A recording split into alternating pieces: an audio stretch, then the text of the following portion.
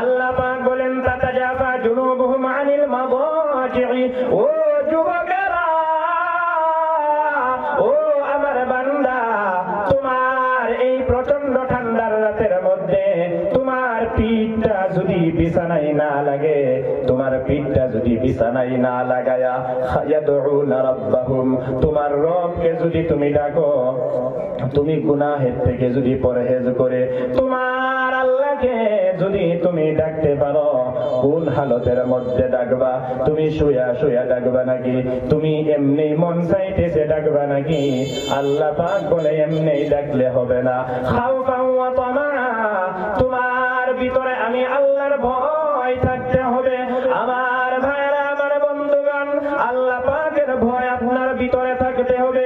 আল্লাহ পাকের ভয় যদি আপনার ভিতরে থাকে, আল্লাহ পাকরে যদি আপনি ডাকেন, ওয়া তামাআ, আর কাল কিয়ামতের দিন আপনি জান্নাতের আশায় জাহান্নাম থেকে মুক্তি পাওয়ার জন্য আল্লাহ পাকের কাছে যদি আপনি ফরিয়াদ করেন, আল্লাহ পাকের ডাকেন, আল্লাহ পাক বলতেছে ওই সময় আমি প্রথম আকাশের মধ্যে এসে যাই। যখন আমার বান্দারা এই পৃথিবীর মধ্যে তুমি গুনাহ করতে করতে করতে করতে জীবন ধ্বংস করে দিছ, এমন সময় তুমি যদি রাত্র জাগরণ করে তাহাজ্জুদের সময় একা একা আল্লাহ পাকের সামনে যদি তুমি সিজদার মধ্যে গিয়া আল্লাহ পাকের কাছে বলো, ওগো মালিক, ওগো আমার আল্লাহ, আমি জীবনের মধ্যে বহু গুনাহ করেছি আল্লাহ, তোমাকে ছাড়া আমার অন্য কোনো রব নাই, তোমাকে ছাড়া আমার অন্য কোনো মালিক নাই, ওগো আল্লাহ তুমি আমাকে মাফ করে দাও। এমন সময় আল্লাহ পাক সমস্ত ফেরেশতাদেরকে ডেকে ডেকে বলেন, ও আমার ফেরেশতারা, ওই আদম জাতি বানাইবার জন্য তুমি আমাকে নিষেধ করেছিলা, তোমরা আমাকে নিষেধ করেছিলা ওই আদম জাতি বানানোর জন্য। দেখো দেখো আজকে ওই প্রচন্ড ঠান্ডার রাতের মধ্যে কেমনে দেখো আমি আল্লাহর কাছে, আমি আল্লাহর কুদরতি পায়ে সিজদা করে কেমনে দেখো কাদের বান্দা। ও আমার ফেরেশতারা, তোমরা সকলে সাক্ষী থাকো, ওই গুনাহগার বান্দাকে আমি সমস্ত জীবনের গুনাহগুলো মাফ করে দিলাম।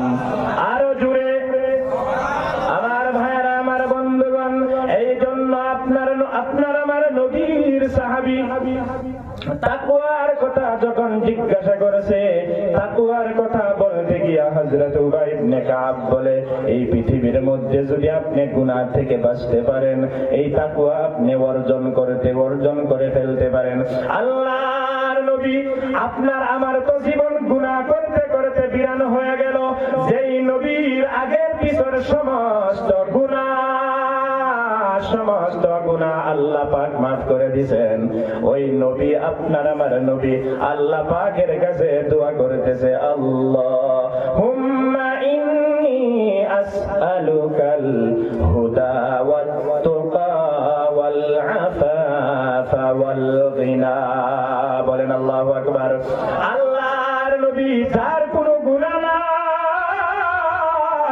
যার একটা গুনাহ জীবনের মধ্যে নাই, কেমন নবী আপনার আমার নবী, কেমন নবী, যেই নবী মক্কা থেকে যখন হিজরত করে মদিনায় চলে গেলেন, মদিনায় যাওয়ার পরে এবার বাইতুল মুকাদ্দাসের দিকে ফিরে নামাজ পড়তে হয়, কাবা বাইতুল মুকাদ্দাসের দিকে।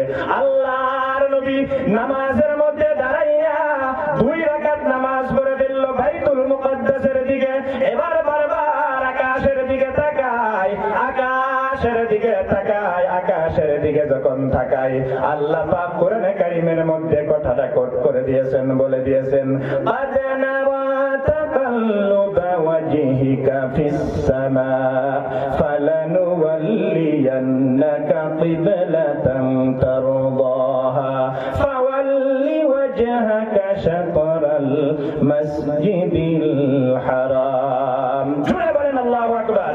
আমার আল্লাহ বলেন, নবী আপনি বারবার আকাশের দিকে তাকাইতেছেন, আমি আল্লাহ বুঝে গেলাম, আমি আল্লাহ বুঝে গেলাম নবীজি বারবার তাকানোর দরুনে আল্লাহ পাক বলেছেন ফাওয়াল্লি ওয়াজহাকা শাতরাল মাসজিদিল হারাম, আপনার চেহারা মসজিদে হারামের দিকে আপনি করে নেন, 2 রাকাত নামাজ মসজিদে বাইতুল মুকাদ্দাসের দিকে ফিরে আদায় করলেন, আর 2 রাকাত নামাজ কাবা শরীফের দিকে আপনার নবী আদায় করলেন। কোন সুবহানাল্লাহ। সেই নবী দোয়া করতে দেরি, দোয়া আল্লাহর কাছে চাইতে দেরি, সেই নবী দোয়া করতেছেন আল্লাহুম্মা ইন্নী আসআলুকাল হুদা ওয়াত তুকা। সেই নবী আপনার হিদায়াতের জন্য আল্লাহর কাছে দোয়া করে আর তাকওয়ার কারণে দোয়া করে। আল্লাহর নবী আল্লাহ পাককে বলতেছে, আল্লাহ তুমি আমাকে হিদায়াত দান করো আর তুমি আমাকে তাকওয়া অবলম্বন করলে বানায়া দাও। কোন সুবহানাল্লাহ। আজকে আপনার আমার ভিতরে আল্লাহর ভয় নাই, আল্লাহর ডর নাই। যদি আপনার আমার ভিতরে আল্লাহর ভয় থাকতো, আল্লাহর ডর থাকতো, কোনদিন নামাজের আযান দেওয়ার পরে মসজিদ খালি থাকতো না। কথা বলেন ঠিক কিনা? ফজরের আযানের সময় যখন মুয়াজ্জিন আযান দিল, আপনি আমি নাক টান্না ঘুমাইতেছি, আপনার আমার কোনো খবর নাই আযান কিসের জন্য দিল কলাবো। কথা বলেন ঠিক কিনা? আল্লাহর ভয় নাই, আল্লাহর ডর নাই।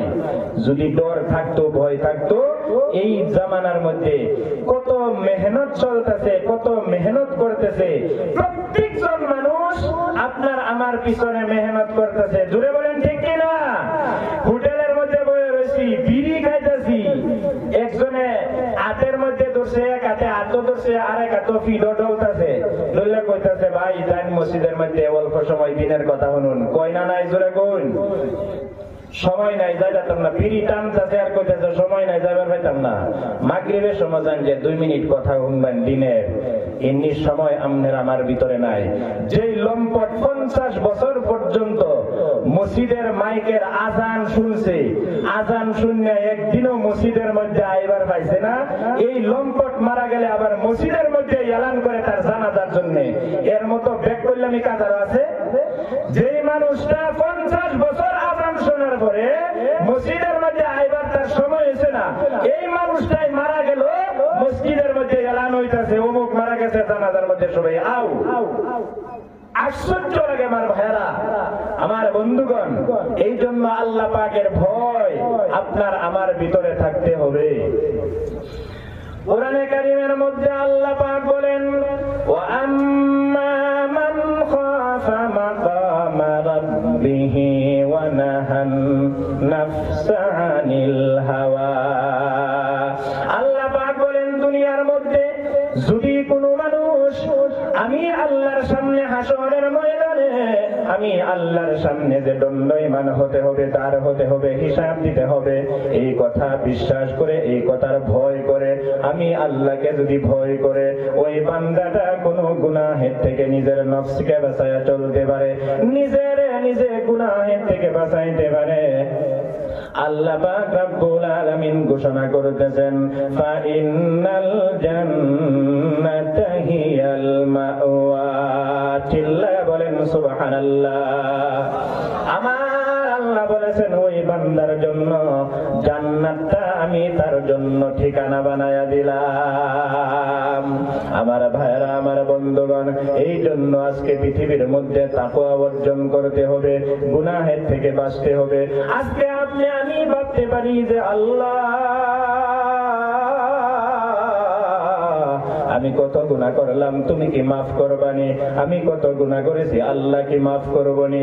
আমার ভাইরা, আল্লাহ পাক বলছেন যে দুনিয়ার মানুষ, তুমি যত গুনাহ করো না কেন, তুমি যদি আমি আল্লাহর কাছে মাফ চাও, আমি আল্লাহ তোমাকে মাফ করে দেব। আমার ভাইরা, হযরত মুসা আলাইহিস সালামের জামানার মধ্যে একজন যুবক বস্তির মধ্যে এমন গুনাহ করে, গুনাহ করতে করতে জীবন বিরান করে দিয়েছে। আমার ভাইরা, লাস্ট পর্যায়ে সমস্ত মহল্লার মানুষ মিলে তাকে হাত পায়ের মধ্যে বেঁধে পাহাড়ের মধ্যে ফেলে রেখে আইছে, পাহাড়ের মধ্যে ধুয়ে আইছে। হঠাৎ করে আল্লাহ পাক হযরত মূসা আলাইহিস সালামকে ডেকে ডেকে বলতেছে, আই মূসা, আমার একজন ওলি মারা গেছে, আমার ওলির জানাজা তুমি আদায় করে নাও। সুবহানাল্লাহ, জোরে কোন। এমন সময় হযরত মূসা বলে, আল্লাহ, আমি একা একা জানাজা কেমনে পড়বো? আল্লাহ পাক বলেন, রে মূসা, বনি ইসরাইলদেরকে তুমি লইয়া যাও জানাজা পড়ার জন্য। মূসা আলাইহিস সালাম বলে, আল্লাহ, বনি ইসরাইলরা নগদ কিছু না পাইলে আমার সঙ্গে যাবে না, নগদ তাদেরকে দেওয়া লাগবে। আল্লাহ, আল্লাহ, তুমি যদি নগদ তাদেরকে কিছু দাও তাহলে আমার সঙ্গে যাবে। এবার আল্লাহ পাক ঘোষণা করেছে, মূসা, তোমার সঙ্গে যারা আমার ওই ওলির জানাজার মধ্যে শরীক হবে তাদের সমস্ত জীবনের গুনাহগুলো আমি আল্লাহ মাফ করে দিলাম। আরো জোরে বলেন সুবহানাল্লাহ। আমার ভাইরা, আমার বন্ধুগণ, এবার হযরত মূসা আলাইহিস সালাম যখন গেলেন, সমস্ত বনি ইসরাইলেরা মূসা আলাইহিস সালামের সঙ্গে পাহাড়ের মধ্যে গেলেন। যায় দেখছে, আমার ভাইরা, যায় দেখছে ওই পুরানা পাপী যে মাহাগুরি থেকে আজকে থেকে 5 বছর আগে ডাক্স খায়া চলে গেছেন, নগাঁও গেছেন, এই পুরানা পাপী আজকে মরে গেছে। কথাটা বুঝছেন? এই যে মরে গেল, এবার মূসা আলাইহিস সালাম আল্লাহর কাছে দাঁড়ায় আছে। ওহি কোন সময় আসে কিছু তো বলতে পারে না। বনি ইসরাইলেরা বলে, মূসা, আপনি জীবনভর বহু খেলা তো দেখাইলেন, আজকে এটা কেমন খেলা আপনি দেখাইবেন? আল্লাহ মূসা আলাইহিস সালামকে ডেকে ডেকে বলে, মূসা, ওই বান্দাটা যখন একা একা পাহাড়ের মধ্যে পড়ে আছে, ওই বান্দাটা পাহাড়ের মধ্যে যখন একা একা পড়ে আছে, এমন সময় ফালাম্মা কারুবাল মাউত, মউত যখন নিকটবর্তী হয়ে গেছে, ওই ব্যক্তিটা, ওই যুবকটা, ওই আমার বান্দাটা তার ডানে দেখছে, বামে দেখছে, কাউকে পাইল না, কাউকে পাইল না। আমার মাওয়ারা, সামনে দেখছে, পিছনে দেখছে, দূরে দেখছে, কাছে দেখছে, কাউকে পাইল না, এখানে কেউকে পাইল না। ফালাম ইয়াজিদ আহাদ, একজন কেউ পাইল না। এমন সময় ফালাম্মা রাআল উফুক, আকাশের দিকে তাকাইলো, আকাশের দিকে তাকাইয়া আমি আল্লাহকে ডেকে ডেকে বলে, আল্লাহ, ও আমার মালিক, তুমি ছাড়া আমার কোনো মাবুদ নাই গো আল্লাহ, তুমি ছাড়া আমার কোনো মাবুদ নাই। আমার কাছে আমার বাবাও নাই, মাও নাই, ভাইও নাই, বোনও নাই, আমার প্রতিবেশী কেউ নাই আল্লাহ। আর তুমি আল্লাহ বলেছো তুমি গফফার, তুমি গফুরুর রহিম। ইন্নাকা কুলতা আনতাল গফুরুর রহিম, তুমি তো বলেছো তুমি গফুরুর রহিম। এবার ওই বান্দা বলে, আল্লাহ, তুমি যদি গফুরুর রহিম হয়ে থাকো, তুমি যদি গফফার হয়ে থাকো, আর আমি গুনাহগারের গুনাহ যদি তুমি মাফ না করো গো আল্লাহ, তুমি গফফার হয়ে আমি গুনাহগারের কি লাভ হইল? কথাটা বুঝতেছেন না নাই? এবার আল্লাহ পাক বলে, মূসা, ওই বান্দা যখন আমাকে এমনি ভাবে বলল, আমি তার পিছনের সমস্ত গুনাহগুলো মাফ করে দিছি।